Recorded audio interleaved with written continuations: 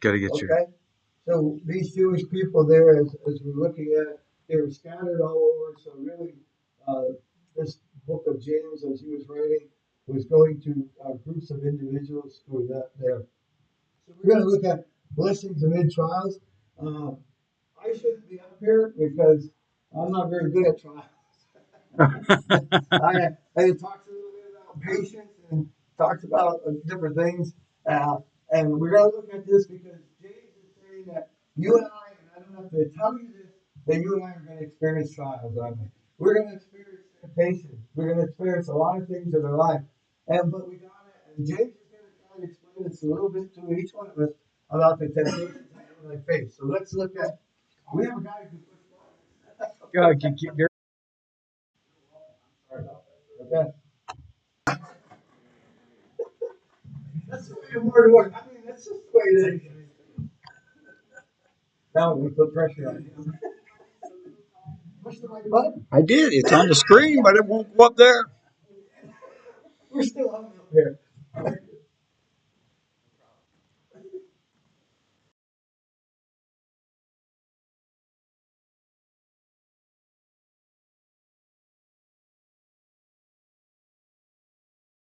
Consider it pure joy. Well, then it don't work that way.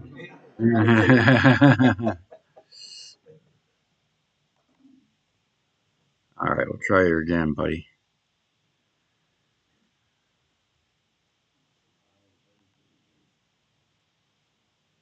Okay. So consider pure joy, my brothers, whenever you face trials of any kind. Again, as we look at the heart of James, if you would really go to commentary and look at the different chapters of James and all, he uses that word my brothers and then sisters 15 times. He had a pastor's heart. He really was concerned about the congregation.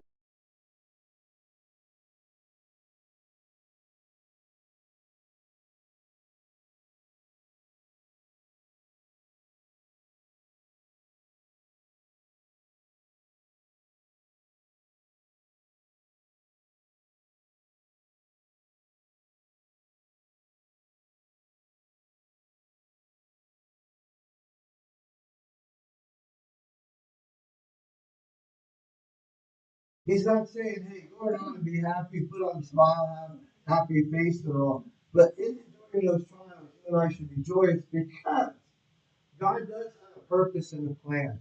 There is a reason why you are going through you are.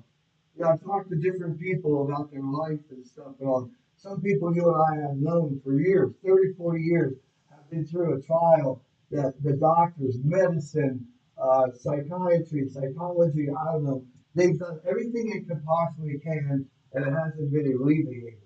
But God does know. We're going to look analyze that hopefully a little bit.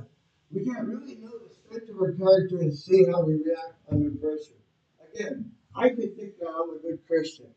And I think that everything's going, and I walk outside my door and something happens. Really, it tests us. God does that. Just like the kid who goes to school, the teacher gives him a test, not so he passes out, but then he passes the test. You and I, we watch, if you're a NASCAR fan or a baseball player or whatever, how they go through rigorous programs, conditioning and all, so that they can. We just saw the Super Bowl. How these people, for years of their life, they were trained, and the pressure that's there, and how they would respond to that pressure. Some people do very good, some people don't. Just like an engine. When somebody puts an engine together, a race car engine, they test it on a dyno machine and they put it under extreme pressure to see how it would react. Well, God does that for you and I. And what He's doing is He breaks our character. Why? Because our character doesn't hold up, but we rely upon Him.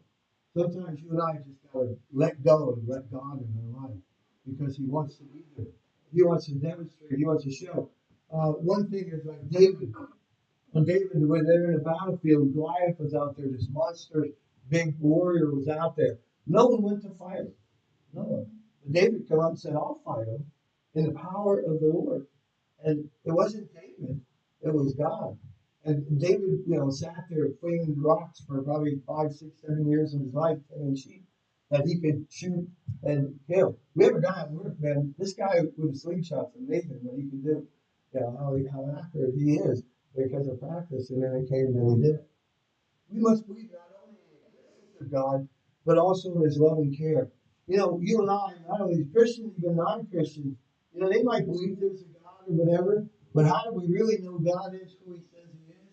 Well, when he puts us in situations, and we got to realize that he loves us. And James is trying to tell these people that they're out there, they might be by themselves, they might not be other. You and I have community. We studied about that last week in Galatians. You and I come together. Not only that God exists, but he's a loving God. And that's what Satan tries to destroy. He says, oh, you know what? Why are you going through that? If God is so loving and so good and so kind, why, you should go against God. If God's not really kind and God's not really loving. Yes, he is. He loves us so much that he will do whatever he can, and we're going to look at it later on, to make us complete and mature. His job is to take us from there. Now, we're not talking about salvation. We have that, justified. Now we're talking about sanctification, the process to get us where we're going. And God's going to deal with that for you and I, refine us so that we could be whole or complete. That's in verse 4. Let's read on. To have the right attitude in trials, what's must see the advantages of that trial. Why did that trial, if God permit that trial to come? Why is that's there? Well, God has a purpose and a plan, and we need to see that in that trial, there's an advantage to it. There's a reason God gave it to us. If I go through life the whole time, I become a spoiled little brat. I go the wrong way and all. But when God knocks us down, he wants to rebuild us back up, so that we can rely upon him and we can experience him. And that trial might not be for me at all. It might be for you. When we look at people going through a tremendous trial and we see how God's working in their life, Johnny Harrison, why she got cancer and then she broke her neck there with the swimming diving accident, and then she got cancer and this and that. And look what she has done in her life, helping other people. Johnny and friends, and wheelchairs that they ship across the world. She knew that her dilemma, that she realized that there's other people out there like her, so she reached out to help them and the things that she does. The solution for temptation is to be found in a close relationship with the Father. We can never really get to know God, who he really is, until we go through trials. When everything's going rosy, man, it's nice, isn't it? But what about the difficult times? And a lot of times, I had an incident the other day that I actually sat on my bed. And I said to God, you got to do this. I can't do it. And no one else can do it for me. It's got to be you. And, to see God work and stuff. Does he always show up? Sometimes not. Sometimes he lets us hang out there so that we can depend more. Great incident is Paul in 1 Corinthians there. He talked about the thorn in the flesh. 3 times asked the Lord. And the Lord didn't answer him. You know what he said? All glory in my infirmities. And look what happened to the Apostle Paul. He's probably the greatest New Testament person there is. And hopefully this lesson wants to teach us that trials and temptations in the lives of believers help them to be strong in their faith. It helps us. It increases us. It's like a guy who goes out, for football practice, and he goes through all that training and training. Right now, I guess baseball's starting, and all these guys they keep going over that training so that when they get in a game situation, they can perform. Some guys don't do that. They break down. The body breaks down. And different things happen. But it's so that you and I can be in our faith, so that our faith can show other people. Again, we got to emphasize that we walk by faith. So let's look at it. Remember Jesus' trials before his glory? Look what Jesus went through. The beatings and hanging on the cross. Why did he do that? It was all for the glory. What was his glory? His glory was to see you and I have a relationship that we could be in heaven with him. He went through all that because he knew that there was an advantage to what he was going through. The advantage was that you and I would be with him forever. And it was a divine purpose. That's hard because I am so fleshly. I like to see things. I like to be in the fleshly world. But the other part of me is the real part of me that I don't understand so much is the spiritual part. How about you? That spiritual part that God wants to work in our life. That God difficult because I am so much worldly, so much of this world, but we gotta walk by faith. Now, James 1. James, the servant of God, the Lord Jesus Christ, to the 12 tribes scattered among the nations. Again, James was a half brother of Jesus, and he says that he was a servant, and he was of the Lord Jesus Christ. For his years, 37 years of his life, basically, he didn't even know the Lord, and yet he lived with them. He didn't believe in Jesus. A lot of his brothers and sisters, I don't know what their relationship was, but they never thought that he was the Messiah. And what's really amazing to me is we don't know how many, we know James got saved. I don't know anything about his other brothers and sisters. And you would think that with Joseph and Mary, the experience they had having Jesus, the angels and everything, and the birth of Jesus, their kids grew up in the same family, and yet how different it was. So it's very difficult sometimes. So they were scattered probably because of Paul going out and getting letters. They left the Jerusalem church because Stephen got stoned. Me, I'm out of there too. I don't know about you. Stoning's not very nice. You know, to be hit with a couple stones, you don't die by the first one. To see that, so we got to understand the mindset that he's talking to these people. God's talking to me through this lesson I'm studying, and to me it seems so far out there. Because I've never been persecuted. I've never had people, shooting at me. I never had people throwing rocks at me to any degree. So he's writing this to these people who are out there. He said, consider it, evaluate it. Think about this. Consider it pure joy. I don't know about that. I can't say I could done that. When I'm in a trial or something happens in life, even if somebody cuts me off when I'm driving, it's not joyful. I mean, he says, consider being true, my brothers and sisters, whenever you face trials, what? Many times. And there's so many different times. One day it's this time, another day it's that time. There's just so many times out there. It's very difficult. Because by experience. He's telling these people, you know this, that the testing of your faith produces perseverance. Paul wrote about it. Peter wrote about it. God talked about it. That if you persevere, let perseverance find its face, so you may be mature, complete, not lacking anything. So it looks like we can't really know the strength of our character until what? Until it's tested. Guys at work sometimes, they'll say to me different things and all, and they push my buttons. I say, push the right one, you're gonna see, right? Because I have my limits. And I tell them over and over again, I am not perfect. By no means. I'm a Christian because of what? Because of Christ, not because of money. I didn't earn anything. I didn't get any credits. I didn't pass any tests. It was a free gift given to me, and I accepted it. But I got a long way to go. He's not finished with me yet. I wish he was, but he's not. And it's for us to be more mature. James didn't say that trouble comes your way. If trouble comes your way, but it does. And they'll be there. You and I, trials will always be there. He assumes that we're not troubles so that we can profit from them. What do I profit from this? What no? Listen to what this one guy said. Trials are meaningless, suffering is senseless, and testing is irrational unless there's some good purpose for them. Why go through this testing or trial? Why put that gold or silver through that trial?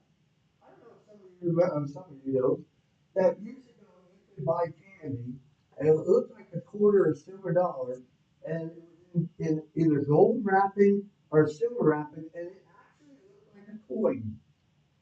And if you bit into it, it would go through the foil or what it was, but it'd be chocolate. It was a chocolate. It was covered. And it looked genuine and real. You can even pass it to somebody for a quarter. But it wasn't real, it was fake. And you and I know about a lot of things that if they look genuine and real, how do we know they are? By testing it to see. There's a program on TV, some company, and sometimes I think it was a nightly news or so, that this product was out there and they said, does it work or not work? And they put it to the test to find out if it works or not. I bought toys and I seen guys, I guess they were professional, they knew what they were doing. They would have a toy and they'd make this toy do all kinds of tricks. I bought it and I think that course, they have, but they draw it in, right? So how do you know? Generally. So we may never understand what purpose God has for us in the trial. That's why we were called to walk by faith. And he says here, because you know that the testing of your faith. Now, you got to understand that again, we got to go back to the Greek and different things and all. Now, when we look at certain words in the Bible, like love, there's 4 different loves. And you look at God tests you and I, but he doesn't tempt us. Testing is a noun, and God is working that way. He doesn't tempt us to lure us so that we would fail. He doesn't do that. But he tests us to show us. And in that testing, you might not fail. You might pass the test, and that shows your spiritual maturity. And then you move on. So he's talking here about count it all joy. But see, a lot of think that temptations might bring joy other than initially given to us. But that is not the same. The joys of facing such trials head on with the power of God on your side. Such trials may manifest themselves like Abraham with his son. God tested him to see what it was like. But God had a divine purpose for that. God knew that that would never happen, that he would not sacrifice his son. He knew it. But he tested him to see where his loyalty was. Now we can go really into great detail about that. But they may come in form of persecution. They may come for sickness. They may come poverty. We know that people lose their home, or they lose their job, or the stock market, they lose everything. It's not like putting your house up, because you want to buy a lottery ticket or something. But we know that people in the fire lose everything. There's people in Syria and Turkey, they lost everything. In Kentucky or Texas, different things happen. They may come in many forms, we don't know. But in each case, the result of working through them will be the testing or proving our faith. Trials are faith builders that draw us closer to God and deeper in our dependency upon Him. I don't know, did any of you read John Erickson's book?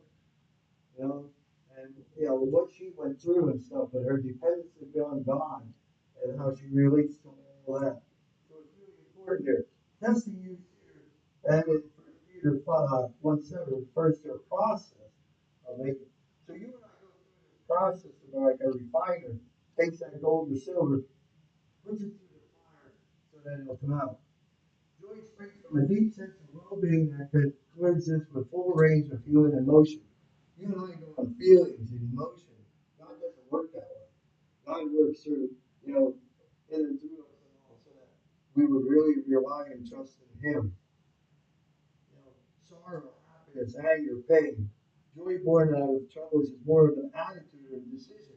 So he says here about this here, you're testing faith, perseverance.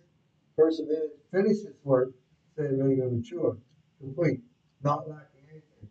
When you and I can do that, we look at Patrick Mahomes or some at the Super Bowl. All the training he did, and he went in there and played that game. The coach, offense, defensive coordinator, they had a game plan. They put it together, how it would work against the other offense and how whatever. They look to the coach to call the right play. They look to other things. He has the talent to do it, but the coach has the wisdom or the knowledge how to apply that different thing. And then he said in verse 5, if any of you lacks wisdom, you should ask God who gives generous to all without finding fault, and it will give it to you. About the wisdom, how do I apply this to my life? What's really necessary? Through tests, the Christian will learn to withdraw. As we go, sometimes you and I sometimes when that trial comes, we withdraw from it. We don't want to experience it. We wish we could do it a different way. And sometimes you and I don't know how to act toward it. So he says here, if you lack wisdom and how to carry that out, or how to portray it. And he goes by 3 practical ways here, or different things. The wisdom that we need has 3 distinctive characteristics. First, it's practical. God's wisdom relates to our lives even during the most trying times. It's not isolated. Sometimes you and I think that we're here today.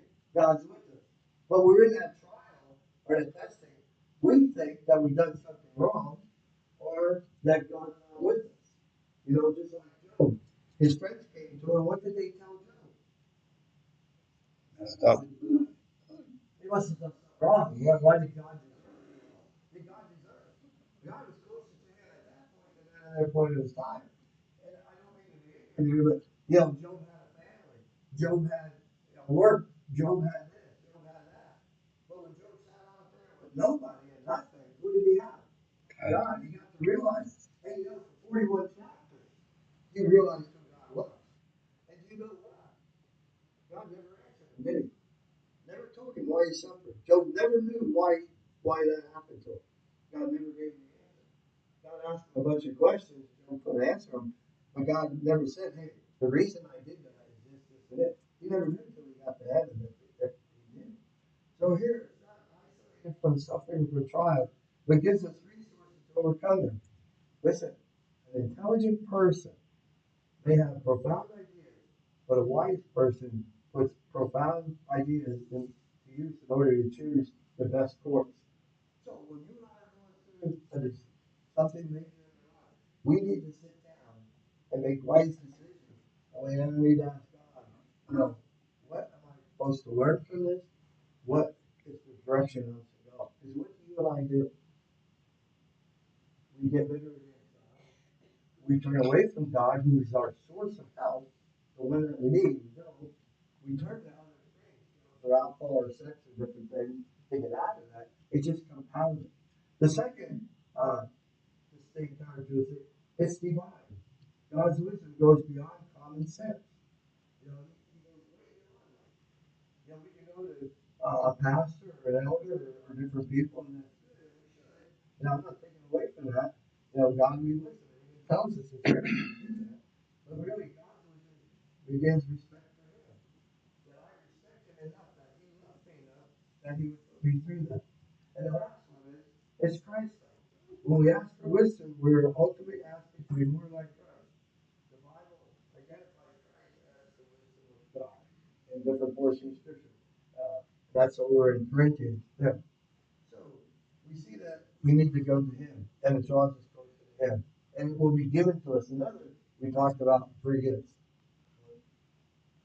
But when you ask, you must believe and not doubt, because the one who doubts is like a wave of the sea, blown and tossed by the wind. So He says to us, again, He's very practical. He really is down to earth. And He said, look at the waves of the sea. Picture in your mind the waves of the sea. Some waves are higher and lower. Some waves are affected by the moon. Some waves are affected by wind. And, they're never constant. Sometimes it's very shallow. Sometimes it's big. He said you can't be double-minded. You got to be focused on that because you'll be distracted. That's why he talks about, and he does. He puts us in there in the next few verses there. But he says that we can't be doubters. We can't. When David went against Goliath, he was focused. He was focused on the task. He wasn't focused on the rewards he would get. He wasn't focused on maybe people who went before him who failed. He was focused on God. And he accomplished what he was set out to do because he was at a one-track mind. I wish I had that with God. That nothing can derail me, that my mindset, in my lane, I'm going to stay in there, and I'm going to go to the end. That person should not expect to receive anything from the Lord. We can't be wishy-washy. We got to really know what we're doing. If you listened yesterday, and I think it's focused on the family, and one of my favorite guys is Irvin Woodson, and I had him on there, and he was talking about his book, We Will Not Hide, and stuff, and they were asking him about, in our day and age, we got to be focused on where we're going. We can't let the world, the culture, try to change us and derail us. We have to be focused on what's happening. He said, such a person is double-minded and unstable in all they do. And we see that. We see people that they don't know where they're going or what they're doing. They don't even know how to get there or whatever. You can't do that. You got to be focused on your head. When Mahomes went into the Super Bowl, he couldn't think about if his taxes are going to be done or is this going to be done and that's going to be done. He had to focus on the defense. He had to focus on what he was doing. He couldn't think about, if the dog was fed or anything else. You got to be right there. You got to know what's happening. And now, in verse 9 and 10, he says, believers in humble circumstances ought to take pride in their high position. But the rich should take pride in their humiliation, since they will pass away like a wall of fire. For the scorching heat and withers the plant, it lost and falls, and its beauty is destroyed. In the same way, the rich will fade away even when they go about their business. I have no idea why this is here. The only thing I can come up with studying it, why did Jesus put this here? What does this have to do with temptation? What is God's no respecter of persons? The rich and the poor. Remember, he was in Jerusalem, they were scattered around, he didn't know where they were at. He didn't know if they were rich or poor or different things. Remember we talked about last week about the different gifts, how one was down upon the other. Why did he put these three verses in one? And we're not done yet with testing and temptation. What's the principle? I looked up a bunch of commentaries, about that thing. Well, he says there about double-minded, if I'm poor, I'm thinking I should be rich. If I'm rich, I'm only concerned about what I can buy and sell and do. I'm not concerned about anything. And he put this in here being about this. And then God will test both of them. He will test the poor. He'll test. There's a guy I worked years ago. And he's not there anymore. And he always said, if I get sick and all help, I'm rich. Because then I can buy doctors and buy medicine. But if I'm poor, what do I do then? And he's kind of right. The rich seem like they have it better off in some respect, and the poor don't. But I have no idea why he put this in. But it's just no respect for the person. God makes all believers equally dependent upon God. Whether you depend upon your riches to take you to a medical facility or poor, some people they can't get medical help whatsoever. Let's pass that by and move forward. We talk about that.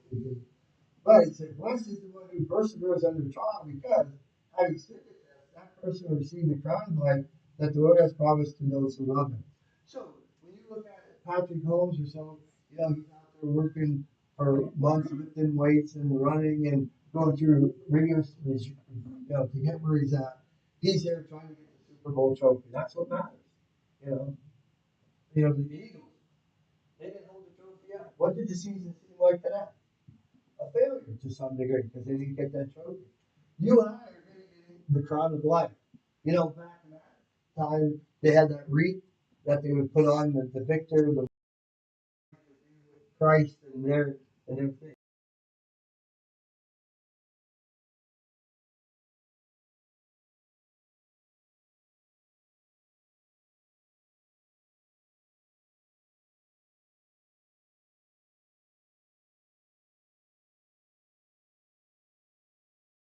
Or the deer, we used to in the Lord.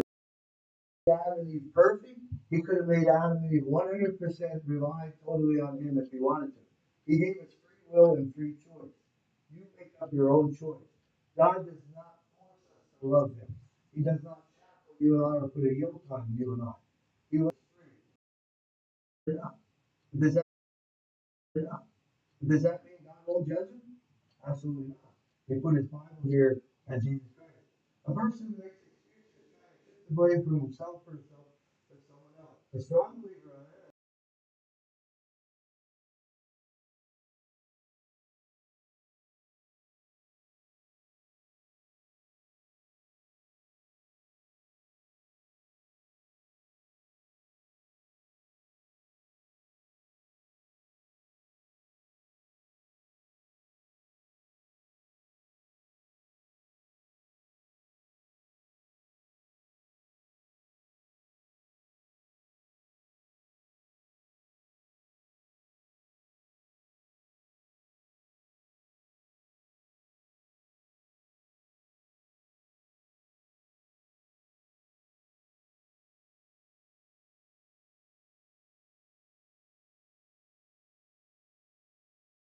Becomes an addiction, right? And it goes on and on. And it's very harmful. Smoking or whatever, is very harmful to your health. Ben and Jenny say a lot of things about people who quit smoking. Some of their problems and all, it's really hazardous to your health. But you get addicted to it, and you can't stop. You say you can't. And we have to be careful. And then he said, don't be deceived, my dear brothers and sisters.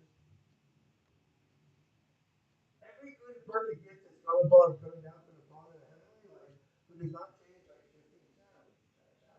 You and I, in the last couple of weeks we studied about Wayne Northman. And you find out that a lot of your biblical writers There's a difference between light and darkness. You know, darkness cannot cover over a light. It can't do it. But light can cover over darkness. So it can make it disappear. So he's saying that every good and perfect gift is from above. So again, here's another thing that he's trying to tell you and I with testing. That God is doing that. He's a perfect God, and it's a perfect gift. I know I really have trouble saying this, but you can't go up to somebody who's sick with cancer or something and say to them, "You have a perfect gift." Technically, they do. Because it says, "Good and perfect gift is from above, coming down from the Father of heaven and earth." It didn't say every good thing. The good, the bad, and the ugly are our God's gifts. Spiritually. Physically, it's worth saving happen to us. But I really believe that in God's toolbox, for you and I to be honed, refined, suffering is the number one tool that we use. Suffering is the one that really gets our attention. Suffering is the one that knocks us down and we only look up. And I don't really believe it because I really never had a major testing in my life that I know of. That God does that. And He knows what He's doing. He doesn't change. You know, He's the same yesterday, today, and forever. And when we study Job and we study Peter, you know, and we study the apostles, every one of them died except one by now. You know, John was the only one natural causes. They were sold asunder, they were cut by the sword, they were stoned to death. He chose to give us birth through the word of truth, and we might be the kind of first fruits of all He created. God does that in you and I. He chose us, and He wants us to go out, and that trial is so that the world may know the truth. And every perfect fit, I don't know. And the God didn't give that to me. You know what? I'd be one big crybaby. I'd be moaning and groaning and complaining, you know, for 30 years. You know, why me? Why did you do this or whatever? So He didn't give me that. He gave me something else that He knows. Okay? So here we have here about different things. And he says there, you know, don't be deceived so that you and I don't wander or stray. We got to bring it right out of there. We got to come to Him. We can't be divided because we know that if we become divided in that, it'll eat us up. We won't be the testimony. We won't be the one. So, in our lesson here, we've seen a little bit about testings and temptations, about trials that you and I go through, that we need to rely upon God. And we know that 100 years from now, you and I are going to look back, and just like that song says, to want to be working on. It will be. God did it. God knew what He was doing, and we can look back. And we can say, you know, God, He did the right thing. You know, I didn't want it. I don't like it. And I don't want it. And don't. There's something to it. And again, you got to walk by faith, not by sight. You might never see the answer. You might not see it. It's like James and there's a guy who's the head of the church. Why did our pastor go through that? And here he is today. And other people went through that and they're not here today. Again, God has a plan and a purpose. And He's working in through it. That's fine. With earthquakes and different things that are going on in their country, we ask about how society, the culture, and drugs and alcohol, and the violence of people shooting each other, and all these things are going on. And yet we know man has a free will and a free choice. And we know that you're in control and you permit things to happen that sometimes blow our minds, just like reading Habakkuk, you know, when you sent the Assyrians and the cruel people to discipline your people. We ask, why did you do that? But we know that you have a plan and a purpose. And we know that you have a great heart. You're totally love, but there's also the heart of justice and things about you that we need to understand. Some things the Bible has, and you work in through that. And Paul said it goes through your glory. And I hope those people understand it. And I know that when you get to heaven, that you're going to double bless them because of what they went through here on earth.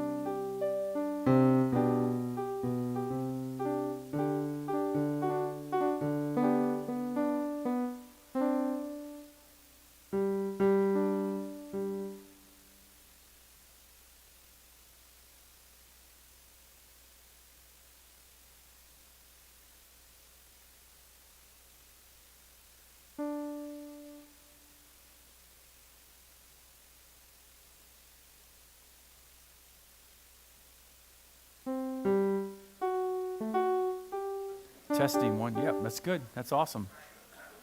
Yeah, it's good. What's that?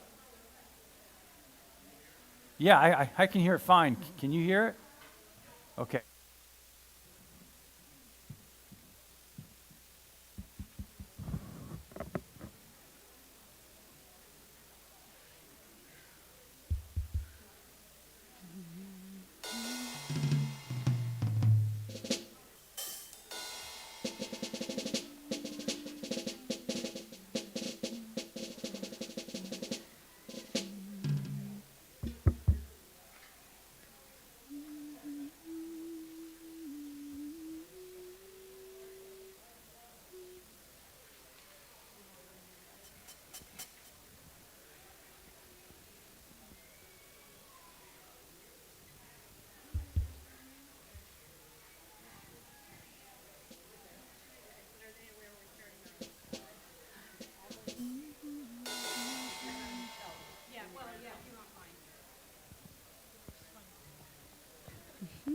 Yeah.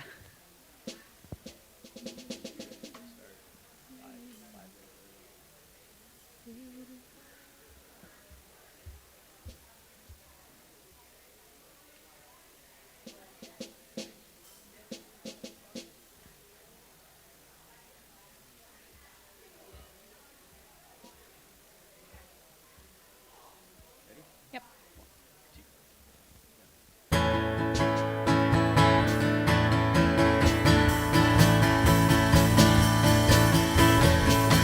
Strength will rise as we wait upon the Lord. Wait upon the Lord. We will wait upon the Lord. Strength will rise as we wait upon the Lord.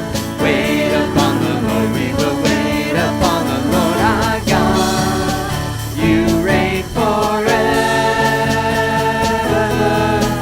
Our hope, our strong deliverer. You are the everlasting God, the everlasting God. You do not faint, you won't grow weary. You're the defender of the weak. You comfort those in need. You lift us up on wings like eagles.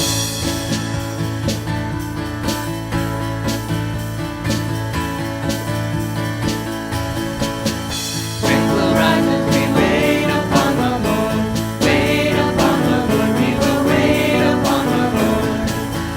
Strength will rise as we wait upon the Lord. Wait upon the Lord. We will wait upon the Lord our God. You reign forever. Our hope, our strong deliverer. You are the everlasting God, the everlasting God. You do not faint, you won't grow weary. You're the defender of the weak. You comfort those in need. You lift us up on wings like eagles.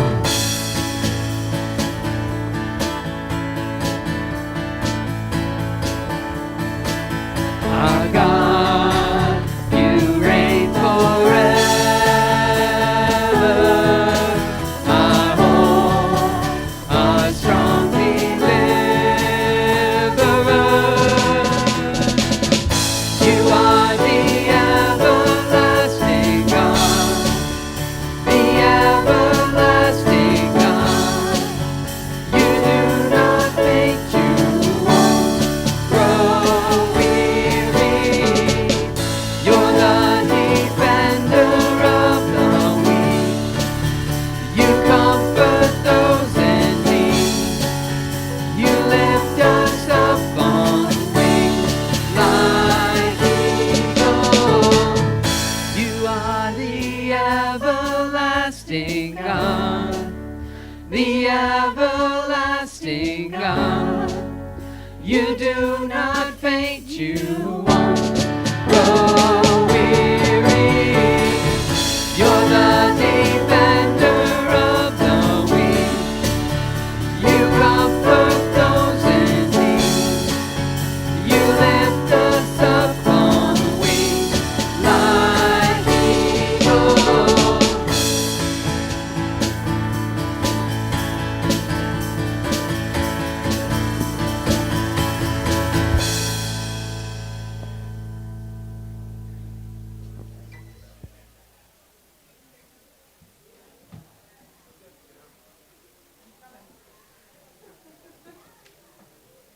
There's a lot of noise in the back. Good morning. Good morning. All right, good. I can't see where my children are. Doc Snides, you reign the Ziegler crew, okay? All right, welcome to Elysburg Alliance Church. Big stuff. Baseball season is upon us. If you're a Phillies fan, you may sit wherever. If you're a Yankees fan, there are other churches in town. I'm just here to do a heart check, Pastor. I don't want any of those kind in here. All right, great. Let's see what's happening in the church. I mean, we'll get our priorities straight here. So, there's some volunteer opportunities. There's still a need for money counters. The Pregnancy Care Center Corner of Hope needs an ambassador to represent them in our congregation. There's a contact name inside the bulletin. March 5th, there's a fellowship meal after church. If you could RSVP in the ministry center. Mark your calendars for the journey through Jerusalem. It's April 2nd from 5 to 7 p.m. There's a meeting for the volunteers coming up this Wednesday, February 22nd at 6:30. Baskets are needed. If there's a box full of baskets already in the ministry center, if you're able to donate, could you please put those in that box? There's a marriage retreat coming April 14th into the 15th. The sessions include partnering with God to dream again in marriage, how our messages to our spouse get lost in translation, navigating the matrix of love and suffering in marriage. It's held at the Lewisburg Alliance Church. There's a block of rooms available at Best Western Lewisburg under Elysburg Alliance Church. What a catchy name. Envision Atlanta missions trip is coming the last week of June. The cost is $475 per person. Contact the beautiful Alexis Spade. Oh, hey, Alexis. Operation Christmas Child, bulletin board out to the left of the fellowship hall. There's a few items needed for the monthly update. Awana and youth group are happening tonight. Awana friends, listen up. It's sports night, so wear any sports team attire for the Awana folks. I got a card, except for the Yankees. Well, there's a list of except for, but I didn't go into those. So it's basically Phillies night, what they said. Okay, let's get serious here. Dear Elysburg Alliance Church family, thank you for your prayers, phone calls, words of encouragement, and support as our family watched our dad enter the sunset of his life.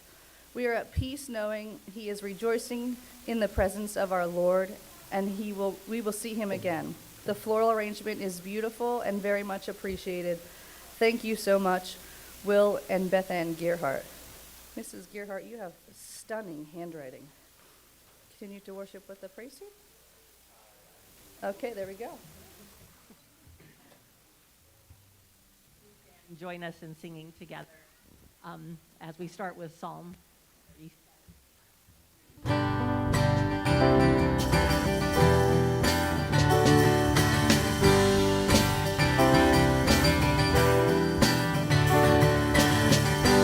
Don't be fretting for evil men and all their ways. They will wither like the grass that dies in days. Trust in Jesus and be faithful.